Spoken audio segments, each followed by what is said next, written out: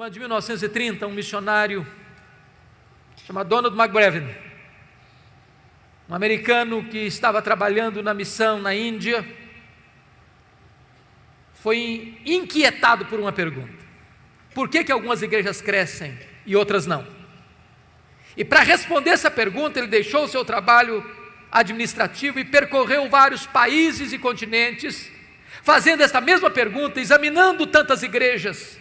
Por que algumas igrejas crescem e outras não? Este homem visionário chegou ao ponto de criar um instituto de crescimento de igreja em Oregon, nos Estados Unidos. E ele é tão apaixonado pelo tema que ele começou o instituto com apenas um aluno. E esse aluno nem americano era um boliviano. Mais tarde, 1965, o seminário de Fuller, na Califórnia, convidou-o para vir e abriu ali o que nós chamamos de um Instituto de Crescimento de Igreja. E Donald McBrevin foi um homem tão importante na sua época que ele foi considerado o mais importante missiólogo do século XX. Até porque a igreja naquele tempo estava enfrentando dois graves problemas: liberalismo de um lado e o seu filho legítimo, que é ecumenismo. A igreja estava sendo devastada por essas duas frentes. Porém, com o tempo, o movimento de crescimento de igreja perdeu o seu rumo.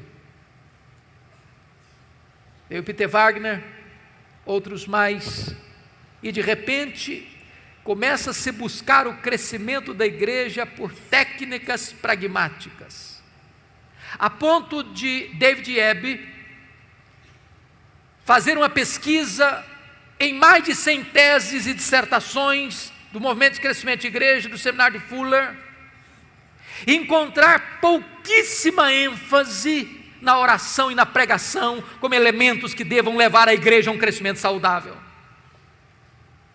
E aqui, meus amados irmãos, nós precisamos entender que se a igreja evangélica brasileira quer de fato entender o que é crescimento da igreja, nós temos que entender que o crescimento da igreja passa pela oração e pela pregação fiel das Escrituras.